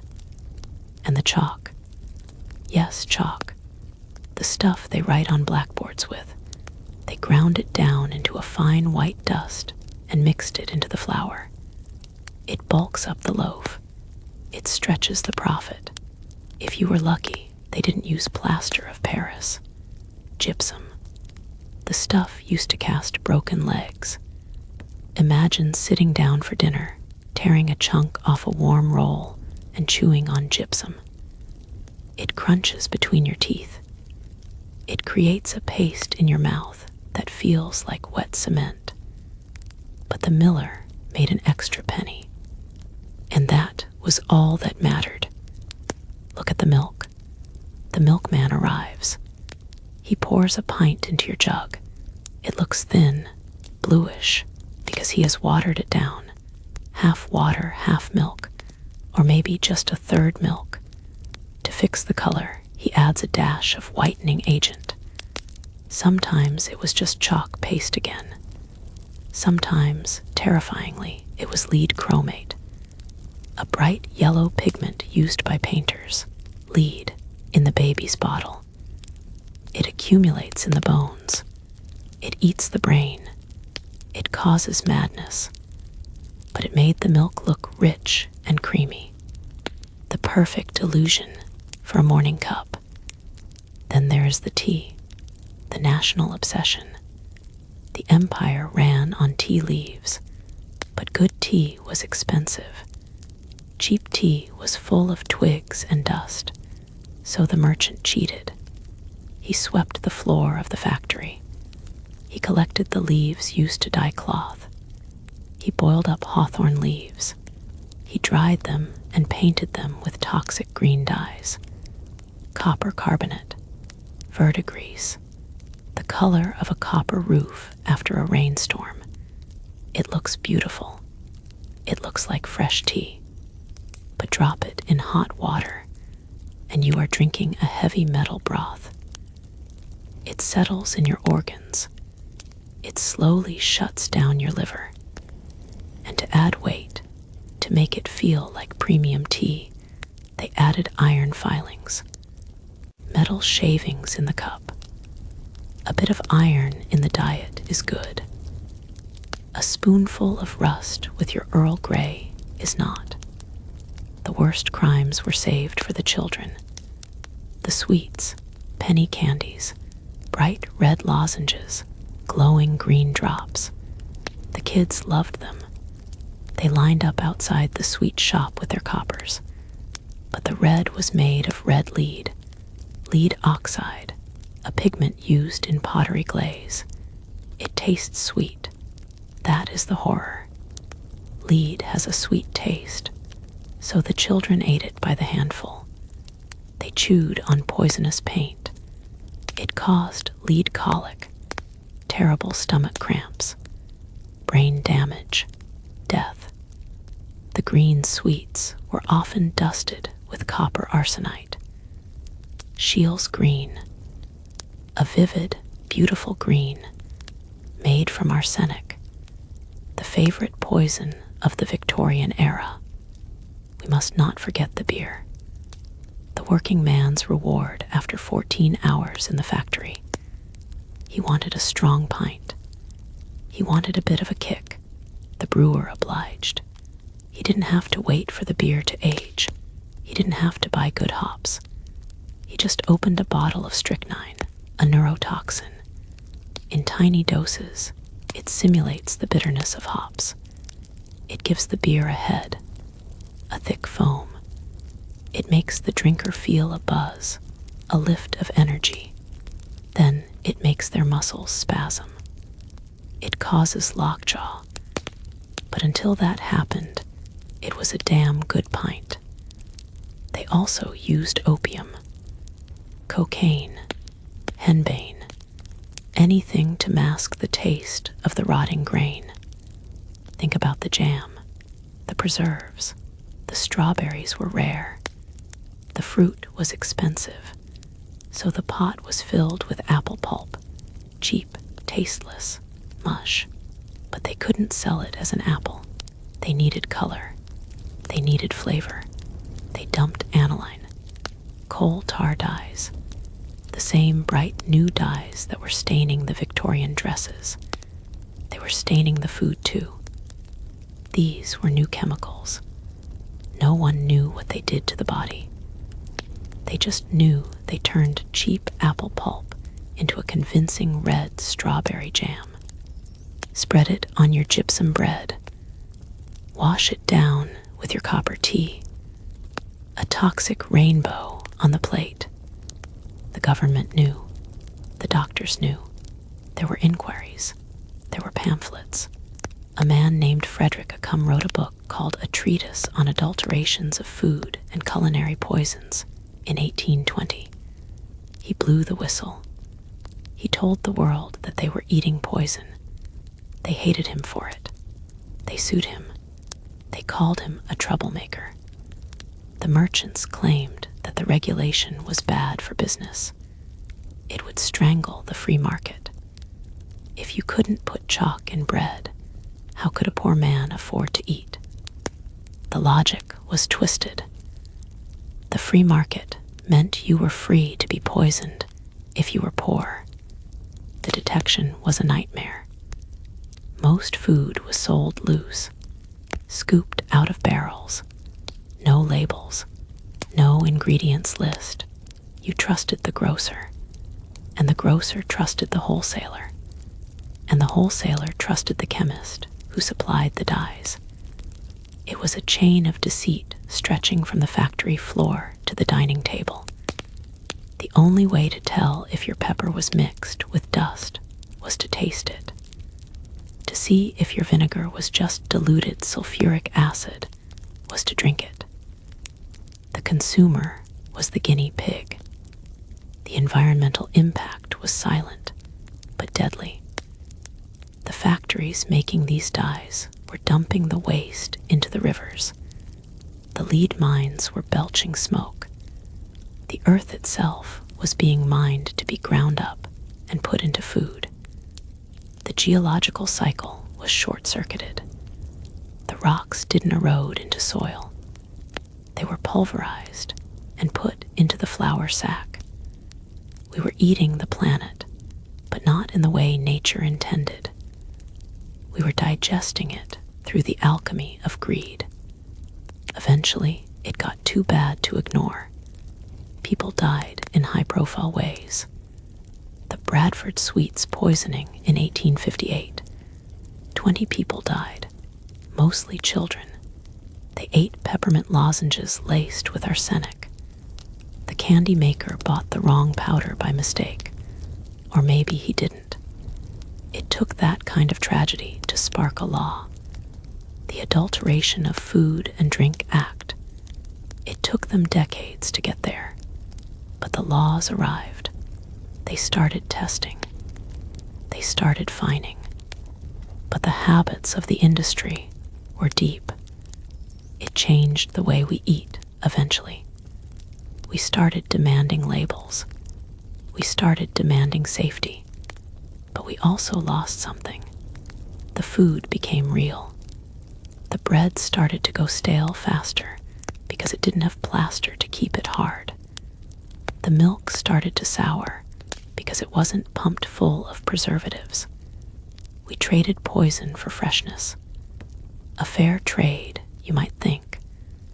But the Victorian diner never knew the difference until it was too late. They sat at their tables. They ate their pretty, bright, deadly meals. And they wondered why they felt sick. They wondered why their children were listless. They wondered why the world felt so heavy. It was the lead. It was the strychnine. It was the arsenic. It was the price of progress on a plate. The meal is over. The plate is empty. And the taste lingers. A bitter chemical aftertaste that never really goes away. The sun rose on Newgate Prison, but the inside was already awake. not the prisoners. The city, the streets of London were solid with people, a sea of heads bobbing and weaving. It was not a silent, solemn gathering. It was a party, a festival. Vendors pushed carts through the mud, selling hot pies and gingerbread. The smell of baking sugar mixed with the stench of the open sewers. Gin flowed from flasks. Children were hoisted onto shoulders to see the stage. This was the main event, the entertainment of the season. The hangman was the star, and the condemned man was just the prop. The scaffold stood against the gray sky, a wooden stage draped in black cloth. It had been built overnight, hammered together by carpenters who knew the dimensions by heart. The trapdoor, the lever, the rope. That rope was the most important thing in the world right now. It hung there, looping gently in the wind, a noose, a simple knot that could unravel a life. The crowd stared at it. They pointed. They guessed how long the drop would be. Too short, and he would strangle slowly. Too long, and his head might pop off. It was a guessing game, a wager on death. Imagine the noise. It was a physical weight. The shouting, the laughing, the pushing. The police were there, but they were just a thin blue line holding back a tide of chaos. People sold seats in windows overlooking the prison. Rich folk, dressed in their Sunday best, sipping wine while watching the poor crush each other in the street below. It was a theater of cruelty, a place where class lines blurred just enough for everyone to agree on one thing. They wanted to see the jerk of the rope. The condemned man waited in a cell below. He could hear the roar. He knew they were there for him. He had been fasting, maybe. Or maybe he was drunk. The prison guards gave him a last drink, cheap rum, to steady the nerves, to stop the shaking. They dressed him in a special suit, strong clothes. They didn't want the buttons popping off when the rope snapped tight. They didn't want an indecent exposure. They had standards, after all. The door opened. The procession began. The clergyman walked first, reading the burial service. Then the prisoner, hands tied, stumbling. Then the executioner, a hood over his face.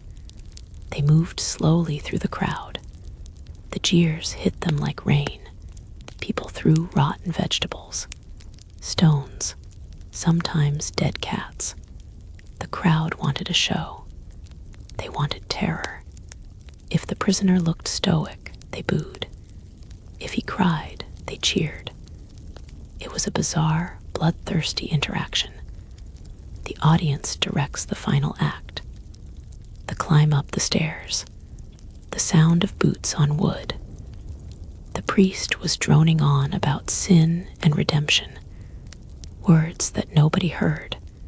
The crowd roared, drowning out the prayers. Hurry up, drop him, do it now.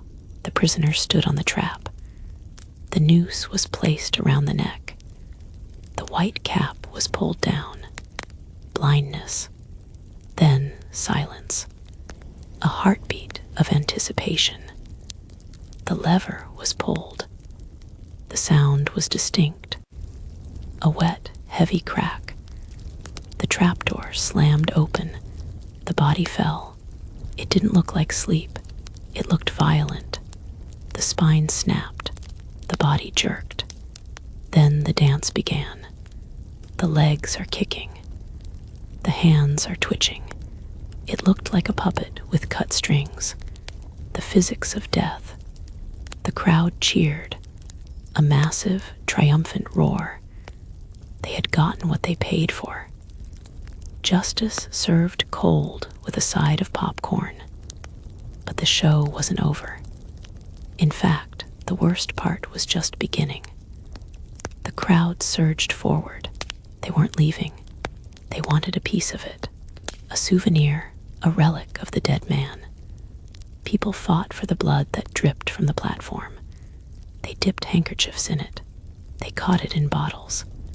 They believed the blood of a murderer had power, or they just wanted a trophy. It was a frenzy of grabbing and tearing. The rope was cut into inch-long pieces, sold for pennies. A lucky charm. A piece of the gallows to keep in your pocket. We have to talk about the science of this, or lack of it. The hangmen were often incompetent. They used the short drop, a fall of just a few feet. It didn't break the neck. It strangled. It took minutes, sometimes 20 minutes. The body would slowly suffocate, swinging in the wind while the crowd finished their pies. The surgeons watched from a window. They timed the struggle. They checked the pulse. They wrote it down in their journals. A detached curiosity. The clock was ticking away the last seconds of a life, while the vendors shouted, "Ginger nuts." The government watched this with growing unease. They weren't worried about cruelty. They were worried about the order. The crowds were getting too big, too rowdy. In 1807, a crowd of 40,000 gathered to see Holloway and Haggerty hang. It was a riot waiting to happen. People were crushed to death just watching. The pickpockets had a field day, working the pockets of the spectators who were watching a man die for stealing. A hierarchy of crime. It was a bad look for the empire. There were famous disasters. The hanging of the Mannings in 1849, a famous murder case. The crowd was estimated at over 50,000. People fought for spaces on rooftops. A church roof collapsed. People fell through the gutters. Chaos.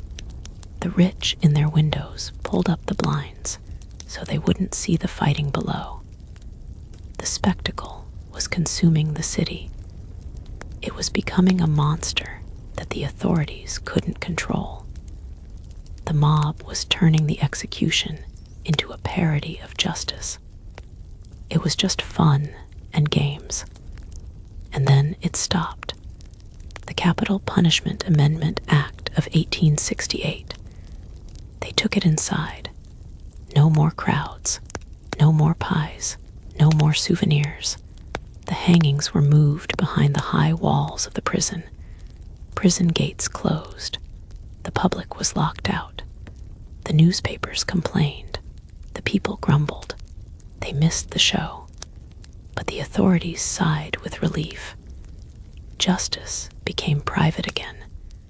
It became a bureaucratic procedure, a form to be filed, a body to be buried in lime.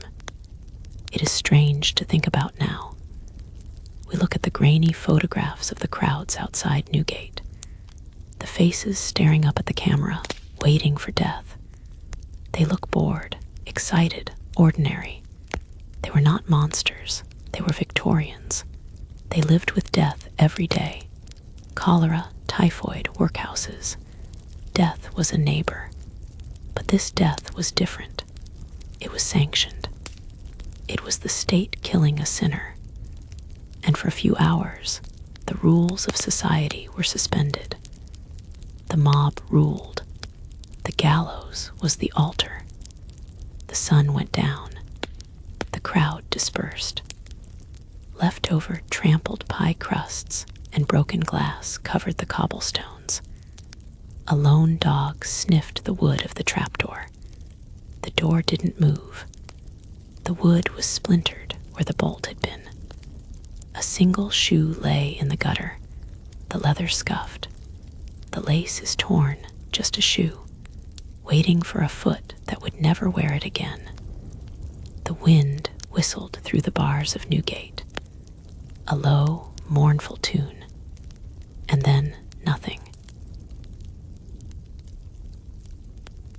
A vertical coffin. That is what it was. A tunnel of brick 9 inches by 9 inches, dark, hot, filled with the choking dust of 1,000 fires. This was the workplace, the office, the nursery, and the boy had to climb it. He was 6 years old, maybe 7. He was small enough to fit. That was his only qualification. He stood by the hearth. He looked up. It was like looking into a throat that wanted to swallow him. He hesitated. The master sweep pushed him. Go on, up you go. The boy stripped, naked. Clothes snagged on the rough brick. Clothes caught fire. Skin was cheaper to replace than breeches. He put his back against one wall, his feet against the other. Spider climb. Elbows and knees scraped the mortar. The brick was jagged. It cut the skin. The soot mixed with the blood, a paste of dirt and pain. Up he went, higher. The air grew thin. The heat from the soot pressed against his face. It was suffocating. He couldn't breathe properly. He coughed. The soot filled his mouth. Gritty, metallic. He swallowed it. He had to keep moving. If he stopped, the master would light a small fire of straw in the grate below. A little encouragement. The flames would lick his feet. The smoke would blind him. Panic. Scramble. Climb faster. The chimney was not a straight line. It was a labyrinth. Bends, angles, corners where the masons had been careless. He had to squirm, twist the shoulder, dislocate the joint to slide through the narrow gap. The pinch. It was agony. Imagine being stuck, wedged tight in the dark, the weight of the house above you, the pressure on your chest. You cannot go up, you cannot go down. You are just there, a cork in a black bottle. The master is shouting below, poking at the soles of your feet with the sharp end of a brush. Move. You try to inhale. There is no air, just soot. The fear of the fire. This was not an idle fear. It happened. The soot inside the flue was combustible. A spark from the chimney below. A draft of hot air. Whoosh. The shaft turns into a cannon. A pillar of fire rushing upwards. The boy is trapped in the blast. There is nowhere to run. No escape. He is burned alive in a tube. They find him afterwards. A charred husk, wedged tight. Sometimes they had to smash the chimney wall to get the body out. Bricks crumbling. Ash falling to the hearth like black snow. They slept in the cellar. The climbing boys. They did not go home to their mothers. They had no mothers who could afford them. They were bought, sold to the master sweep. A one-time payment, an investment. The return on investment was a few years of cleaning chimneys until they grew too big. Then they were kicked out, thrown onto the street, twisted spines, chimney sweep's knee. Their legs were permanently bent, shaped by the flues. They looked like gargoyles, hunched, broken, lungs rotting with soot. The soot was a poison. We know that now. It was full of tar, carcinogens. It coated their skin. It never washed off. They scrubbed it with lye soap until they bled, but the black remained. It was in the pores, under the fingernails. It settled in the folds of the scrotum. A special kind of cancer, chimney sweep's carcinoma. Sir Percival Pott saw it. He saw the boys with their skin eaten away, tumors that hung like grapes. The soot ate them alive while they were still breathing. A slow, chemical fire burning the flesh. The master sweep didn't care. He viewed them as livestock. He fed them scraps. They slept on bags of soot. It was warm, they said, a warm bed of black dust. The air in the cellar was thick enough to chew. They woke up coughing, spitting black gobs onto the dirt floor. Then it was time to work again. Up another chimney, another house, another wealthy family sitting by the fire, reading the paper, never thinking about the child dying inside the brickwork. The hypocrisy of the Victorian era hangs heavy in the soot. They loved their children. They idolized childhood, the angel in the house. But that was for their children. The poor children were tools. They were convenient, because a machine couldn't clean the corners. A machine was too clumsy. It might scratch the expensive porcelain lining of the chimney. A boy was soft. A boy was flexible. A boy was cheap to replace. If he broke, you bought another one. There was always another orphan in the workhouse. There was always another starving family willing to sell a son for a loaf of bread. They tried to stop it. Lord Shaftesbury fought a lonely war. He fought the sweeps. He fought the politicians. He fought the public who liked clean chimneys. He introduced the act. No child under 10, then no child under 16. But the sweeps ignored the laws. They forged the papers. They hid the children in the cellars when the inspectors came. The police turned a blind eye. A copper walking his beat would hear the scrape of knees in the soot. He would hear the cry of a stuck child. He would walk on. It was just the way things were. The boys learned to be tough. They learned not to cry. Crying made you choke on the soot. They learned to steal. A silver spoon from the mantel, a scrap of food from the kitchen, anything to survive. They formed their own gangs, the little savages, roaming the rooftops at night. Free birds up there. They could see the whole city, the river, the spires, but they couldn't stay up there. They had to go back down, into the dark. Imagine the sound, inside the flue. It is an amplified world, the heart thumping against the eardrums, the scrape of the skin, the whistle of the wind, the master calling from below. Rake it down, boy, and the sound of the brush. The bristles drag the soot down, a cascade of black dust. It's burying them. The master would shake the bag. Clean that off, you lazy devil. Shake it off and start again. Up the next chimney. There was a strange festival. May Day. The climbing boys were allowed out. They dressed up. They painted their faces with soot and white paint. They danced in the street, Jack in the Green, a bush covered in leaves. They rattled their money boxes. People threw pennies. They laughed at the little sweeps. They thought it was quaint.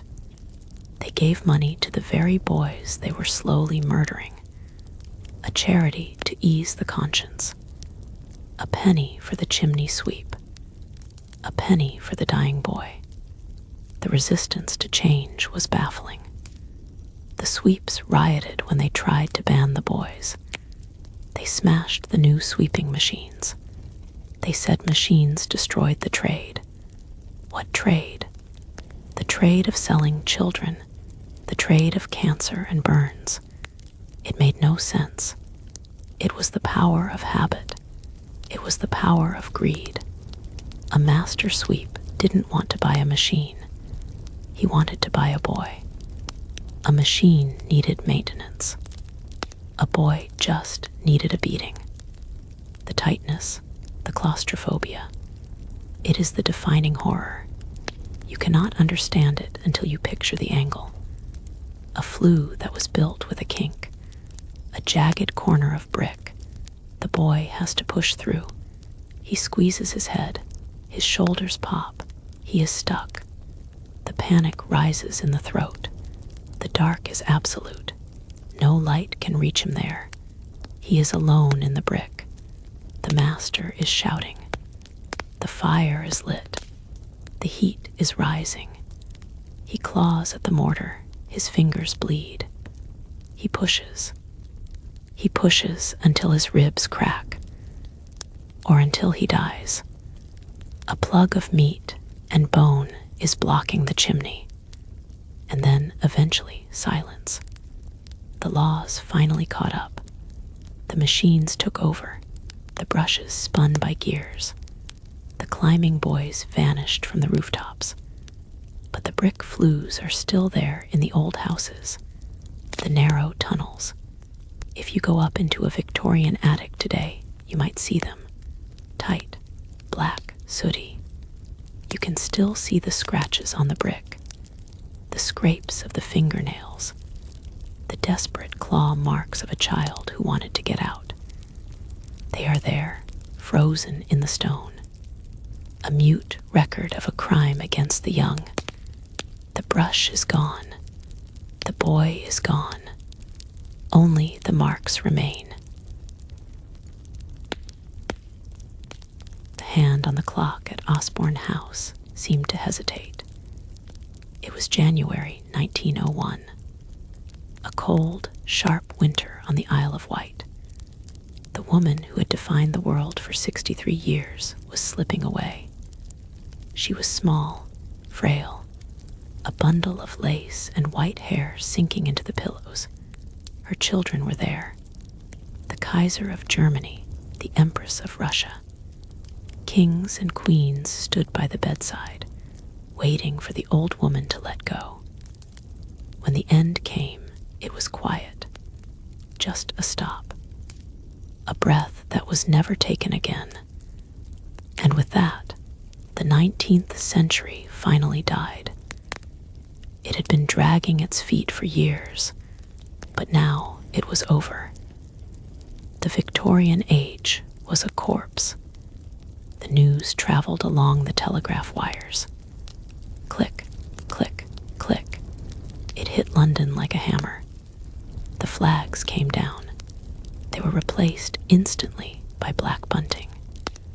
Drapes of heavy black fabric appeared on windows overnight. The city put on its mourning clothes. It was a performative grief on a massive scale. People cried in the streets who had never seen the woman, never heard her voice. But they cried because she was the only constant thing in a changing world. She was the fixture, the furniture of the universe. If she could die, anything could die. The sky felt heavier. The gray clouds seemed to press down on the rooftops. It was the end of certainty. Must look at what she was leaving behind. They called it the greatest empire in history.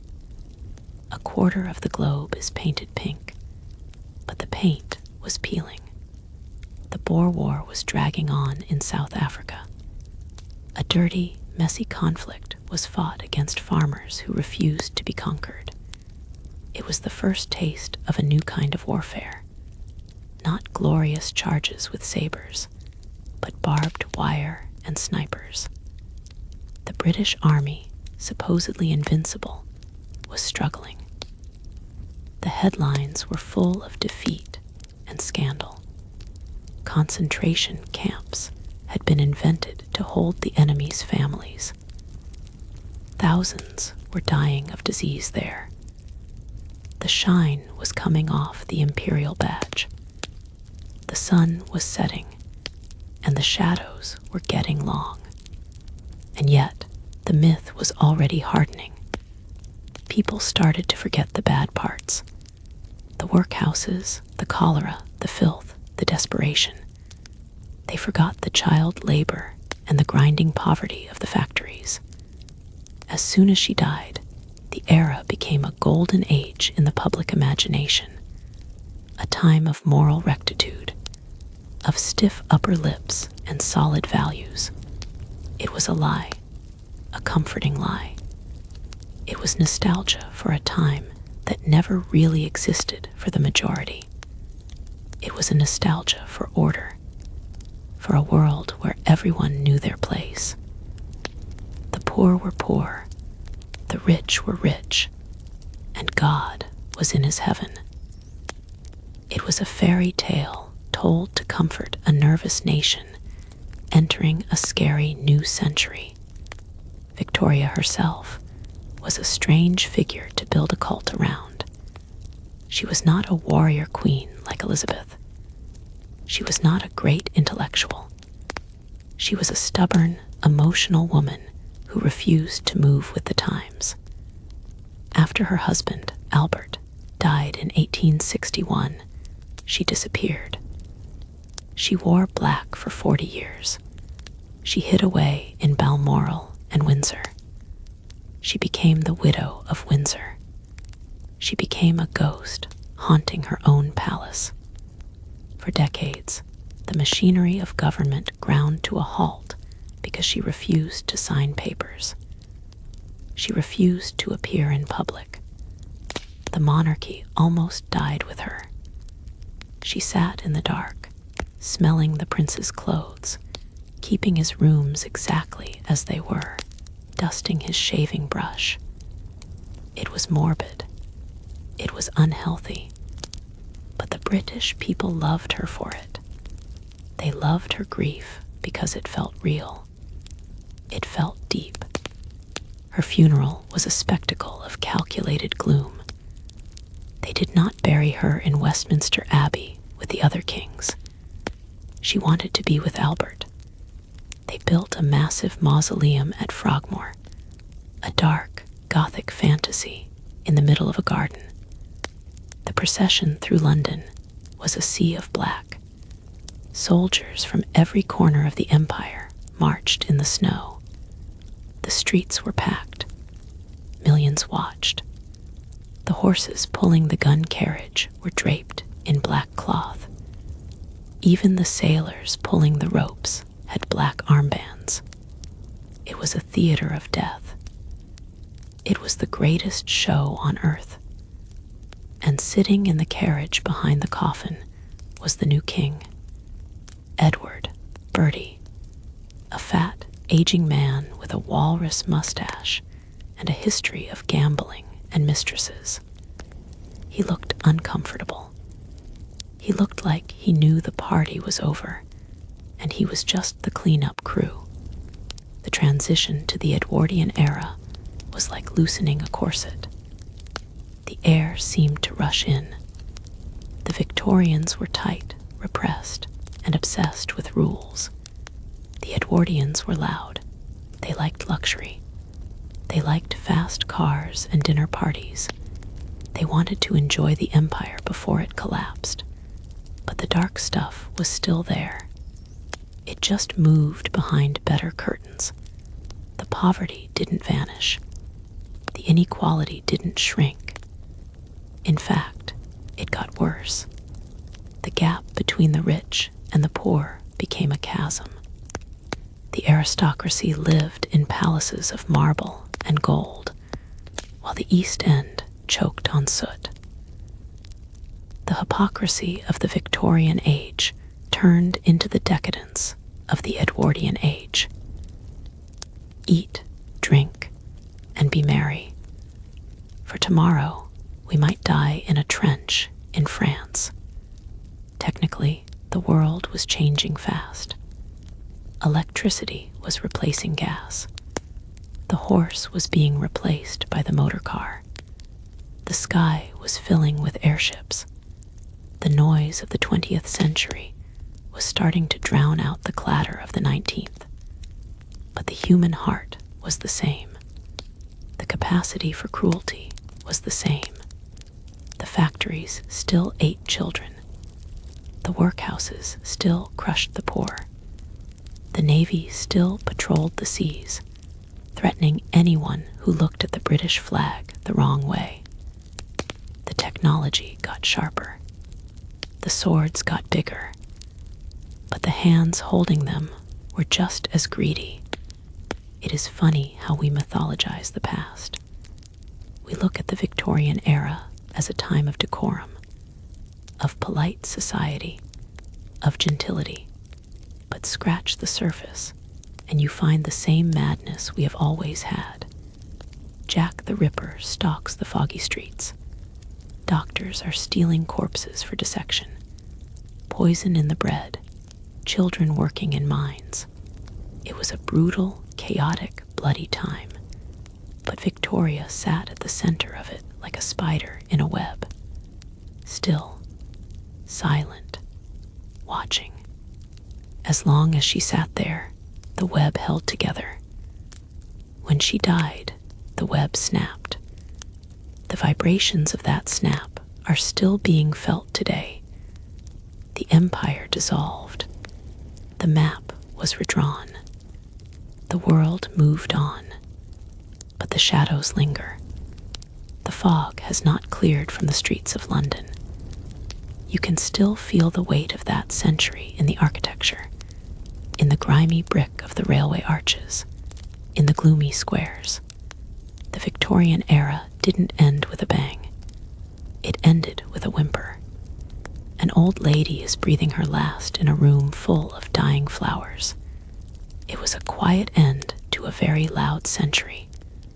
We look back, and we see the gaslight and the bustles. We should remember the smell, the coal smoke, the sewage, the desperation. That was the real Victorian legacy. A dark, soot-stained dream that finally, mercifully, woke up.